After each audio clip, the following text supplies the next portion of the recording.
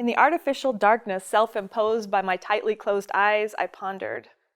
What does it mean to hold things in common? To not have any needs? I was participating in a group discernment process, and we were considering Acts 4:32 through 5:11. Yes, that scripture from Acts. The one about people giving up control of their possessions to provide for the needs of the group. I used to think this was just a story. More of a parable than a history of the early church, maybe. A there was once a man kind of story. With a moral at the end, and that was really the point, wasn't it? To understand the moral. Not to believe that the story could or did happen. Or maybe the story did actually happen, but it could only happen in ancient times. Not here, not now. That was before I met people who had their faith ignited by generosity. That was before I gave someone a ride to visit a friend. 2 friends, both struggling financially. One was a new disciple, newly clean and sober, newly baptized, but struggling to make ends meet as she cared for her boyfriend's young son. The other one, just struggling. Recently returned to the area, newly homeless due to domestic violence with her 3 children. The youngest one was not even a year old and out of money. The recently baptized friend, completely overwhelmed with joy at her newfound life in the church and armed with all the diapers she currently owned, which was 4, asked if we could stop by so she could share her abundance, which was enough diapers to get through the day, with her friend, who had no diapers at all.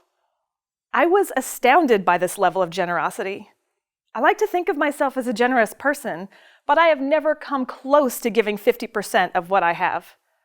On the contrary, I tend to make sure that my cupboard is stocked, my credit cards are paid off, and my 401k plan is fully funded before I consider my annual giving. We like to believe that we're generous people, people of integrity.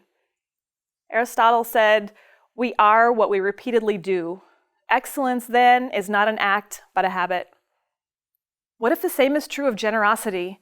We believe we're generous people, but could it be that we're only truly the generous people we desire to be if we are repeatedly, habitually generous? We know that despite the slow recovery from the global recession of a few years ago, many who are able to view this video can still count ourselves among the richest people in the world.